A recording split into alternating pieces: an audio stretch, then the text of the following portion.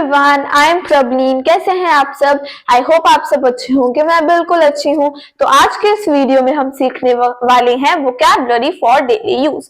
वो वोकैबुलरी जो आपके लिए इंग्लिश सीखना और भी ज्यादा आसान कर देगी। So please watch the video till the end, क्योंकि ये वीडियो आपके लिए बहुत ही ज्यादा यूजफुल है।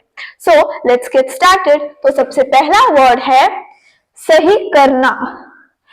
सही करना को इंग्लिश में कहते हैं सेट।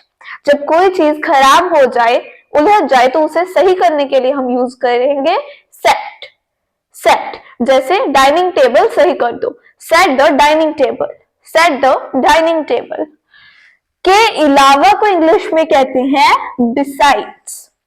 बिसाइड्स मतलब के अलावा, जैसे इसके अलावा ये भी हो सकते हैं। तो जब हमने दो चीजें कहनी हो तो उसके लिए हम इस वर्ड का यूज करते हैं बिसाइड्स, मतलब के अलावा या फिर के अतिरिक्त।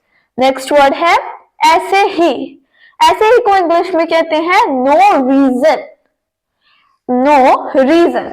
जब आपको कोई पूछे कि तुम क्या कर रहे हो, आप कोई भी काम कर रहे हो, आपने उसे बताया, वो पूछ रहा है कि तुमने ये काम क्यों किया या तुम ये काम क्यों कर रहे हो, तो अगर आपका ये जवाब है कि ऐसे ही, मतलब मैं ये ऐसे ही कर रही हूँ, तो उसे आप इंग्लिश में कहेंगे नो रीजन। No reason.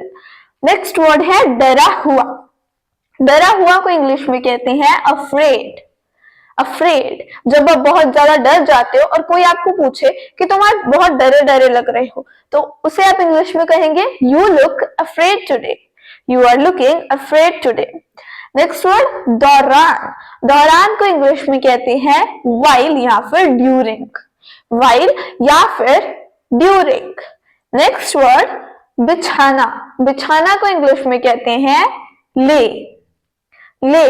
किसी चीज को बिछाना या फिर लेटाना, उसके लिए आप वर्ड यूज करेंगे ले।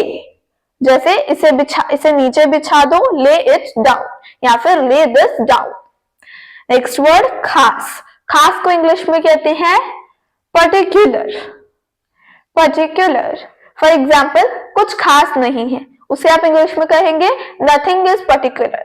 Nothing is particular. जब आपको कोई पूछे तो अगर आपका जवाब है कुछ खास नहीं, तो उसे आप इंग्लिश में ऐसे कहेंगे। नेक्स्ट वर्ड है नाराज करना। नाराज करना को इंग्लिश में कहते हैं ऑफेंड। ऑफेंड।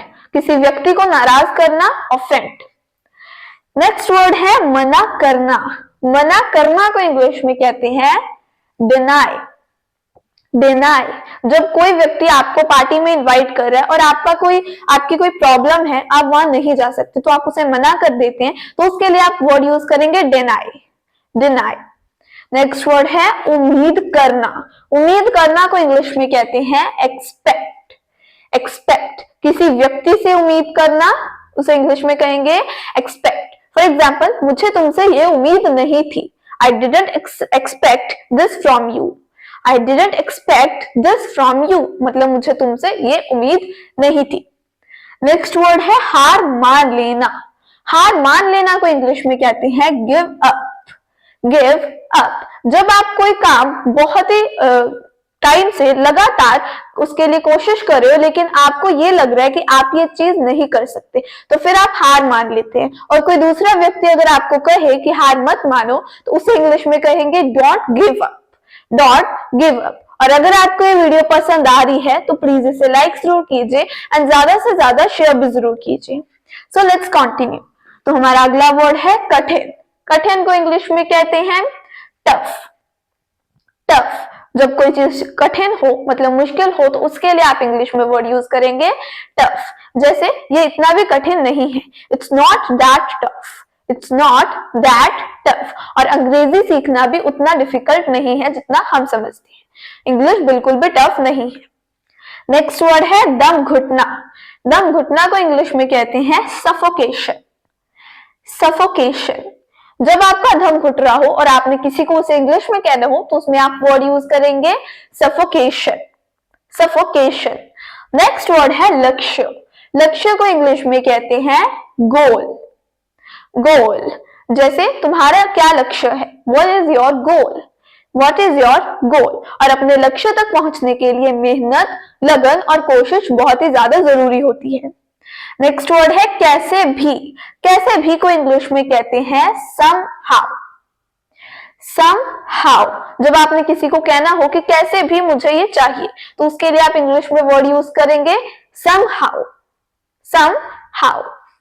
नेक्स्ट वर्ड है बदतमीज। बदतमीज को इंग्लिश में कहते हैं इंसोलेंट। इंसोलेंट, जो व्यक्ति जिसे अकल ना हो, जो बदतमीज हो, उसे इंग्लिश में कहेंगे insolent person. Insolent person. Next word है दिलासा देना। दिलासा देने को इंग्लिश में कहते हैं कंसोल। कंसोल, किसी व्यक्ति को दिलासा देना, कंसोल समवन। कंसोल समवन, जैसे उसे दिलासा दो, console him. Console him. Next word है फसाना। फसाना को इंग्लिश में कहते हैं एंट्रैप। एंट्रैप, किसी को जाल में फंसाना या किसी मुश्किल में फंसाना, उसे इंग्लिश में कहते हैं इंट्रैप। इंट्रैप। नेक्स्ट वर्ड है मसलना। मसलना को इंग्लिश में कहते हैं क्रश। किसी चीज को मसलना या फिर कुचलना, उसे आप इंग्लिश में कहेंगे क्रश। क्रश। रुकावट डालना को इंग्लिश में कहते हैं इंटरप्ट। इंटरप्ट, किसी के रास्ते में रुकावट डालना, उसे आप इंग्लिश में कहेंगे इंटरप्ट। या फिर आप इंटरप्ट का यूज तब भी कर सकते हैं जब आप किसी के साथ बात कर रहे हो या कोई आपके साथ बात कर रहा है और कोई थर्ड पर्सन आकर आपके बीच बोलने लग जाए, तो उसे आप इंग्लिश में कह सकते हैं डोंट इंटरप्ट अस। मतलब हमारी बात के बीच मत आओ या फिर हमारी बातों में रुकावट मत डालो। नेक्स्ट वर्ड है प्रतिबंध लगाना या फिर रोक लगाना, किसी को कुछ करने के लिए या फिर कुछ खाने के लिए रोकना। नेक्स्ट वर्ड रिस्ट्रिक्ट, इसे इंग्लिश में कहते हैं रिस्ट्रिक्ट, मतलब किसी को कुछ करने या खाने के लिए रोकना। जैसे वो मुझे हर बात पर रोकती है, she restricts me on everything. She restricts me on everything. So restrict का मतलब होता है रोक लगाना या फिर प्रतिबंध लगाना। आई होप आप सबको ये वीडियो पसंद आई होगी। वीडियो अच्छी लगी हो तो प्लीज इसे लाइक जरूर कीजिए, अपने फ्रेंड्स एंड रिलेटिव्स के साथ भी शेयर जरूर कीजिए एंड कमेंट करके भी जरूर बताइए कि आपको मेरी वीडियोस कैसी लगती हैं। Bye bye, see you in the next video.